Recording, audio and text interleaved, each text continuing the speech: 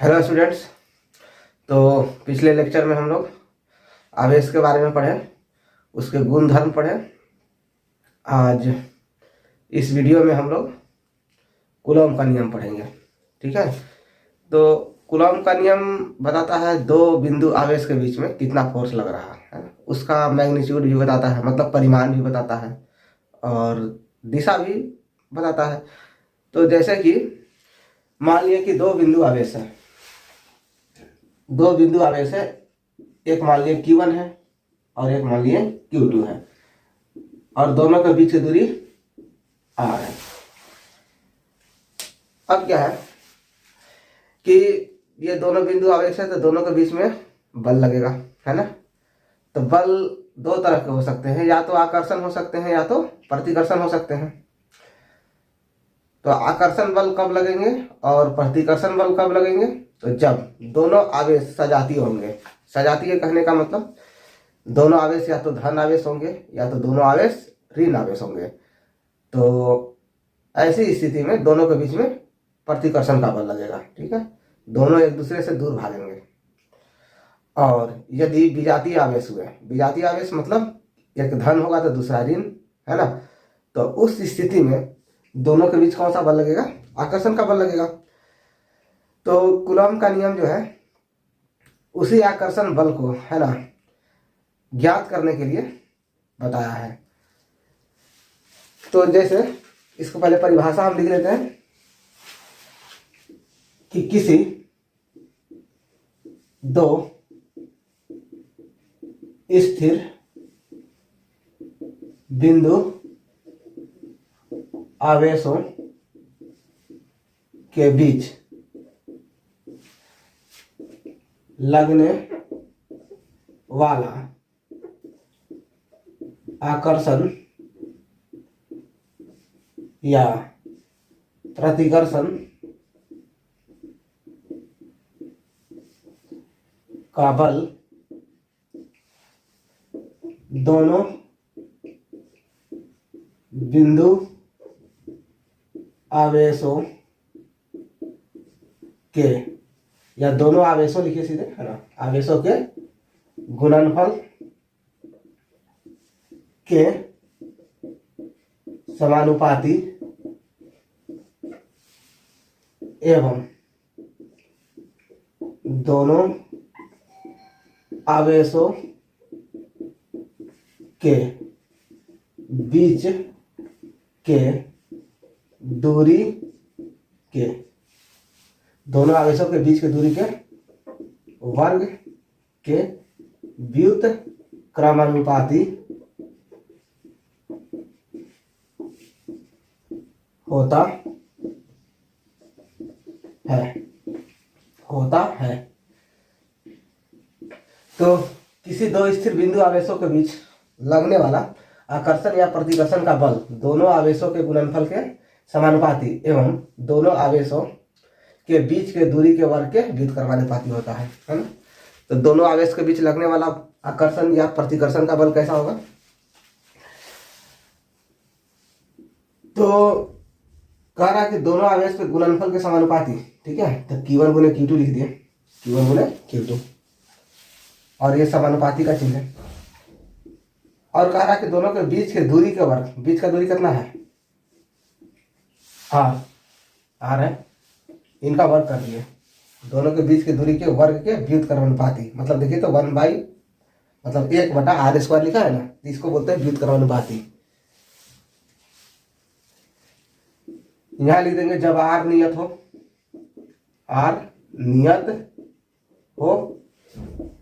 जब Q1 तथा Q2 नियत हो। अब देखिए R नियत है, Q1 Q2 का मान बढ़ा रहे हैं घटा रहे हैं। यदि दोनों का गुणनफल बढ़ेगा तो बल भी बढ़ेगा, दोनों का गुणनफल घटेगा तो बल भी घटेगा। यहाँ पर कह रहा है कि जब Q1 तथा Q2 नियत हो, Q1 Q2 जो है, जो आवेश ले लिए वो फिक्स कर दिए कि हम यही आवेश है और दोनों के बीच का दूरी घटा और बढ़ा के देख रहे हैं। यदि दूरी बढ़ेगा, है ना, देखो बटा में कोई संख्या, हर में कोई संख्या बढ़ता है तो पूरा जो संख्या रहेगा वो घटता है। तो दूरी बढ़ाएंगे तो दोनों के बीच जो है ना आकर्षण या प्रतिकर्षण का बल हुआ वो घटेगा, और दूरी घटाएंगे तो दोनों के बीच आकर्षण या प्रतिकर्षण का बल बढ़ेगा। हमको इस इक्वेशन से भी पता चल रहा है। दोनों को एक साथ लिखने पर, दोनों को एक साथ लिखने पर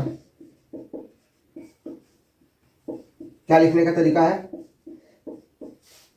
F समानुपाती Q1 Q2 बटा में R स्क्वायर। F समानुपाती Q1 Q2 बटा में R स्क्वायर। और इस समानुपाती चिन्ह को हटाने के लिए किसी नियतांक से गुणा करना पड़ेगा। मान लिया कि वो नियतांक k है, तो k इंटू क्या लिखेंगे? Q1 Q2 बटा में R स्क्वायर। ठीक है। अब देखो एसआई मात्रक में कहा लिखें? अब यहां से लिखते हैं, ऊपर चमकता है ना, तो ऐसा कीजिए कि इसको पहले है ना आप लोग नोट्स बना रहे होंगे तो वीडियो पॉज कर दीजिए और इसको नोट कर लीजिए। चलिए लिख लिए होंगे, तो इसको मिलाते हैं।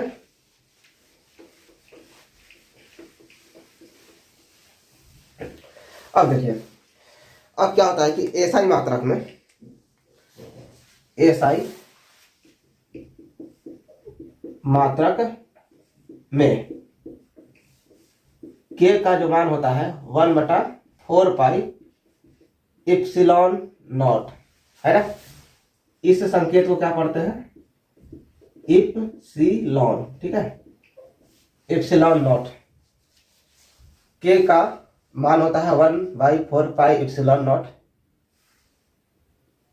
और इसका मान लिखेंगे 9 × 10⁹। ठीक है। और यहाँ पर मात्रक जो है हम निकाल के बताते हैं कि कैसे निकालते हैं, है ना। तो देखिए समीकरण क्या था?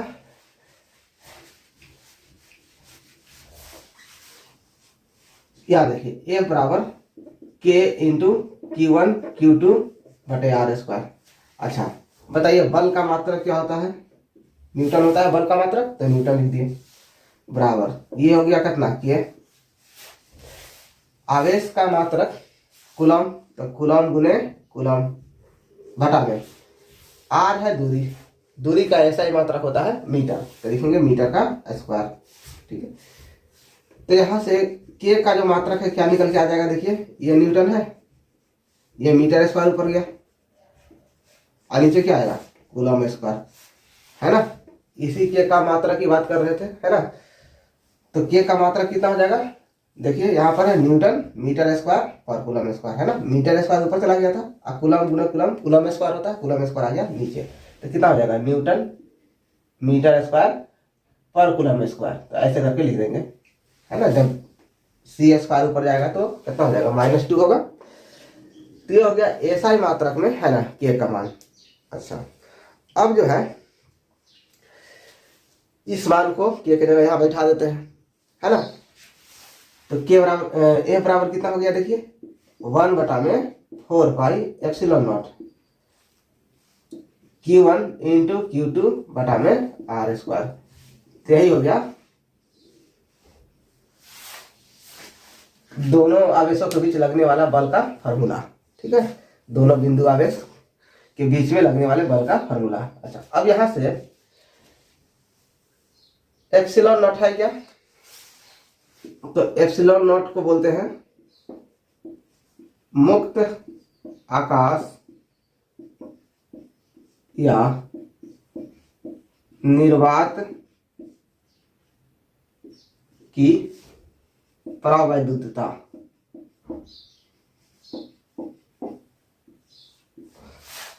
अब कहेगा कि हाँ ठीक है, तो इसका मान बताओ। तो यहां से लिखो 1/4 एप्सिलॉन नॉट इक्वल टू कितना है? 9 × 10⁹ न्यूटन मीटर स्क्वायर पर कूलम स्क्वायर है। ठीक है, एप्सिलॉन नॉट ऊपर ले जाओ और ये सब जितना है उसको यहाँ पर लिखिए, और नीचे आएगा ना तो कितना हो जाएगा 1/4 pi into 9 × 10⁻⁹ newton metre square पर कूलम स्क्वायर। तो एप्सिलॉन नॉट का मान कितना आ गया देखो, ये 1 है बाई 4 पाई, पाई का मान 3.14, ये है 9, ये है 9 × 10⁻⁹ और न्यूटन मीटर स्क्वायर पर कूलम स्क्वायर। अब इसको हल करोगे तो आएगा 8.85 गुने 10⁻⁻12 और कूलम के पावर -2 है ना, सी के पावर -2 है। ऊपर जाएगा तो कूलम स्क्वायर हो जाएगा, न्यूटन ऊपर जाएगा तो पर न्यूटन हो जाएगा, ठीक है, और मीटर स्क्वायर ऊपर जाएगा तो पर मीटर स्क्वायर हो जाएगा। तो यही हो गया एप्सिलॉन नॉट का मान, है ना। ये वैल्यू जो है आप लोग याद रखेंगे। ये तो 1/4 पाई एप्सिलॉन नॉट है ना, 9 × 10⁻⁹ न्यूटन मीटर स्क्वायर पर कूलम स्क्वायर, इसको याद रखेंगे क्योंकि जब कभी कूलम का फॉर्मूला जब लगाइएगा, है ना, तो उसमें 1/4 पाई एप्सिलॉन नॉट आएगा, ठीक है। तो उसमें डायरेक्ट इसका मान 1/4 पाई एप्सिलॉन नॉट का मान सीधे रख देना है, 9 × 10⁻⁹ रख देना है, ठीक है। तो चलिए इसको नोट कीजिए। अच्छा, थोड़ा सा और कुछ देख लीजिए। मान लीजिए कि ये आवेश इस पर इधर बल लगा रहा, ठीक है, मान लीजिए कि F बल इधर लगा रहा है ना। तो बताइए न्यूटन थर्ड लॉ से, न्यूटन का तृतीय गति नियम, है ना, प्रत्येक क्रिया के बराबर विपरीत प्रतिक्रिया होती है ना। तो ये Q1 आवेश इस पर इधर बल लगाएगा तो ये Q2 किधर लगाएगा, इसके विपरीत में लगाएगा। तो विपरीत में इस तरह से लगाएगा। अच्छा, सदिश रूप में लिखे हैं इसको, ठीक है। सदिश का मतलब होता है कि साथ में परिमाण भी है और दिशा में भी, दिशा भी है। तो बल का परिमाण F और दिशा बता रहा है कि इस दिशा में, जिस दिशा में तीर बनाया है उस दिशा में बल लग रहा है। तो ये भी बल लगाएगा, किस दिशा में लगाएगा, तो इस साइड है ना, तो इसके विपरीत साइड किधर होगा, इधर, है ना। ये मान लो कि राइट साइड में है डायरेक्शन, तो ये आवेश इस पर लेफ्ट साइड की ओर बल लगाएगा। अब कितना बल लगाएगा, तो बल तो उतना ही लगाएगा, Fa लगाएगा, लेकिन दिशा क्या रहेगा, विपरीत। तो दिशा विपरीत बताने के लिए क्या करते हैं कि इसमें माइनस चिन्ह लगा देते हैं, है ना। जैसे मान लो कि ये सदिश इधर है, मान लो कि सदिश R है, तो इसका विपरीत में यदि कोई खींच दिया समानांतर और विपरीत दिशा बताना रहेगा तो क्या बताइएगा, -R। क्या बताइएगा, -R। तो F है इधर, तो इधर क्या बताइएगा, -F बताइएगा, ठीक है। तो इसको अच्छे से सारे डाटा को नोट कर लीजिए, है ना। इधर भी साइड में जो लिखे हैं कैसे इसको वैल्यू कैलकुलेट करते हैं, और इसी तरीके से और भी किसी चीज का भी मात्रक निकालना हो तो सबसे पहले सूत्र लिखना है। सूत्र लिखने के बाद, है ना, जिनका जिनका मात्रक जानते हैं उनको जो है उसमें रखना है, और बाकी बचे हुए जिनका मात्रक नहीं जानते वो निकल जाएगा। तो ठीक है, इसको नोट कीजिए जल्दी से। चलिए ठीक है, इसको मिटाते हैं, पॉज करके नोट करेंगे। अच्छा चलिए,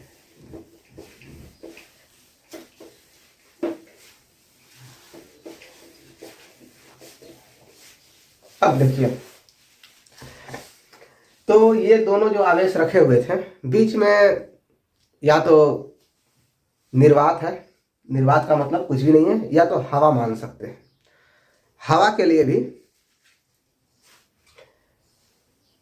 एप्सिलॉन नॉट का मान उतना ही होता है लगभग जितना निर्वात का होता है ना। माध्यम की प्रावैधिकता, है ना, हवा के लिए भी उतना ही होता है जितना निर्वात का होता है। चलिए, यदि दोनों आवेश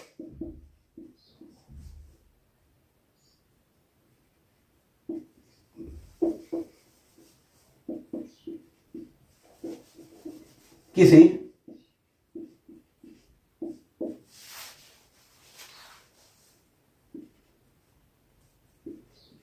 परावैद्युत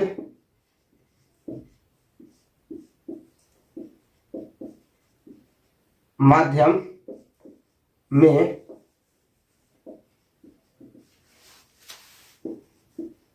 रखे गए हो जिनका आपेक्षिक परावैद्युतता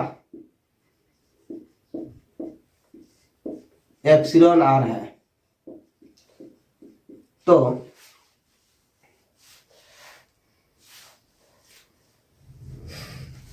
अब देखिए, यदि दोनों आवेश पहले निर्वात में रखा हुआ था तो एप्सिलॉन नॉट लिखे थे। अब हो सकता है दोनों आवेश को पानी में रख दिए, बेंजीन में डुबा के रख दिए, है ना, किरोसिन तेल में डुबा के रख दिए।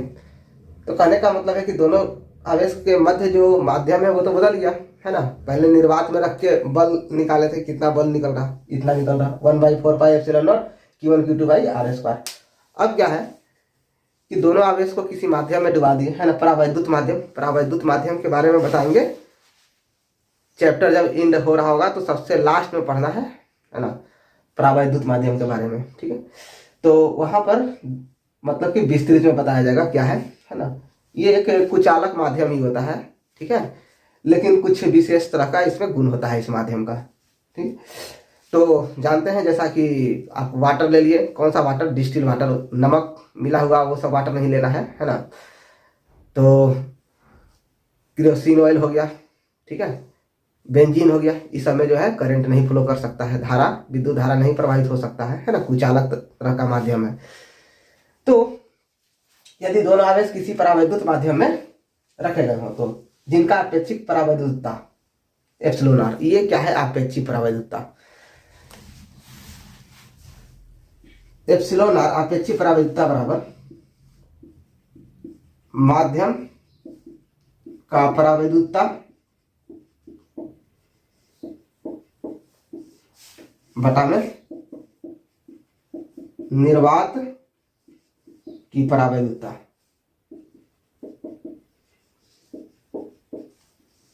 यदि माध्यम की परावैद्युतता एप्सिलॉन हो, और आप जानते हैं कि निर्वात की परावैद्युतता एप्सिलॉन नॉट है, तो एप्सिलॉन बराबर कितना हो जाएगा, तीसरा तीसरी गुना करेंगे ना, तो कितना आएगा, epsilon nought into epsilon R. अब देखिए,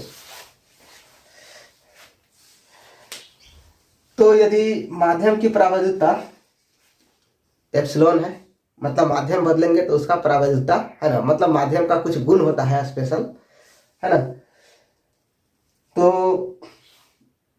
वो जो है कितना हो जाएगा, epsilon nought into epsilon R हो जाएगा। मतलब निर्वात की तुलना में नापते हैं, निर्वात की तुलना में किसी दिए गए माध्यम का परावैद्युतता कितना गुना है, कितना गुना है। जैसे एप्सिलॉन आर लिखिए, माध्यम का परावैद्युतता बटा में हो गया निर्वात का परावैद्युतता, है ना। जैसे मान लिया कि आप लोग कोई सामान खरीदते हैं और कोई दूसरा व्यक्ति है ना, वो भी सामान खरीदता है कोई, तो अब बताना है कि लोग बताते हैं ना कि हाँ उससे मेरा सामान इतना गुना सस्ता है, ठीक है। तो कैसे बताते हैं, उसका सामान का दाम ऊपर लिखते हैं अंश में, आहार में अपना सामान का दाम लिखते हैं और उसको भाग देते हैं। तो भाग देने पर क्या निकलता है, जो भाग निकलता है उसी से कहते हैं कि हाँ मेरा सामान उससे इतना गुना सस्ता है या उसका सामान मुझसे इतना गुना महंगा है। तो बिल्कुल इसी तरह से है कि माध्यम हवा या निर्वात के अलावा कोई दूसरा माध्यम हो, परावैद्युत माध्यम, तो उसकी तुलना में बताते हैं कि निर्वात की तुलना में, है ना, निर्वात की तुलना में उस माध्यम का बताते हैं कि कितना गुना ज्यादा, है ना, परावैद्युत है, वो कितना ज्यादा परावैद्युतता है उसका, ठीक है। तो वही है एप्सिलॉन आर बराबर एप्सिलॉन बटा में किससे भाग दिए हैं, एप्सिलॉन नॉट, निर्वात की परावैद्युतता से। तो जो दिया गया माध्यम है उसका जो है परावैद्युतता जो है कितना ज्यादा है, एप्सिलॉन आर गुना ज्यादा है। जैसे कि बता देते हैं कि पानी के लिए, है ना, पानी के लिए एप्सिलॉन आर का वैल्यू लगभग होता है 80। ये लगभग का संकेत है ना, लगभग होता है 80, 81 होता है ना। तो अब क्या करेंगे कि दोनों आवेश के बीच जो लगने वाला बल हो जाएगा, कितना हो जाएगा, 1/4 पाई एप्सिलॉन, एप्सिलॉन हो जाएगा। माध्यम बदल दिए तो परावैद्युतता कितना हो गया, एप्सिलॉन हो गया। और एप्सिलॉन का मान कितना होता है, epsilon nought into epsilon R. तो हमेशा अपेक्षिक परावैद्युतता के रूप में लिखा जाता है, और जो भी किताब में मान दिया रहता है वो अपेक्षिक परावैद्युतता का ही मान दिया रहता है ना। डायरेक्ट एप्सिलॉन मतलब कि माध्यम का परावैद्युतता नहीं दिया रहता है, ठीक है। तो इसलिए अपेक्षिक परावैद्युतता के पदों में epsilon nought into epsilon R, और ये कितना हो गया Q1 Q2 अब बटा में कितना हो गया R स्क्वायर। तो ये हो गया दोनों बिंदु आवेश के बीच लगने वाला बल। सदिश रूप में लिखना चाहते हैं, है ना। तो देखो सदिश रूप में यहां हम लिख देते हैं, थोड़ा सा जगह है, तो सदिश रूप में लिखिएगा F। क्या लिखिएगा F। अच्छा, अब देखो ये बिंदु A है और B है, तो ये Q1 आवेश Q2 पर किधर बल लगा रहा है, इधर लगा रहा, तो जिधर बल लगा रहा उस डायरेक्शन में से तीर दे दिए, है ना। और दोनों का बीच का दूरी कितना बताए थे, R है, दोनों का बीच का दूरी R है। और इस तीर चिन्ह पे R आई से कैप, कैप बोलते हैं, R कैप लगा दिए। R कैप का मतलब हो गया ना कि ये एकांक सदिश है। एकांक सदिश का मतलब इसका परिमाण जो है ER कैप लिखा हुआ है ना, इसका परिमाण 1 है ना, परिमाण 1 है, और साथ में दिशा बता रहा है किधर, A से B की ओर। तो देखिए सदिश रूप में कैसे लिखेंगे, 1/4 pi epsilon nought into epsilon R लिख दिए, इंटू अभी लिखे थे ना ये लिख दिए।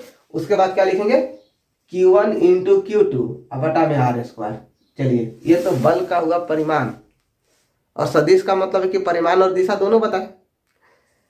तो सदिश बताने के लिए क्या लगा दिया है, ये दिशा बता रहा है ना कि A से B की ओर है ना, दिशा बता रहा है।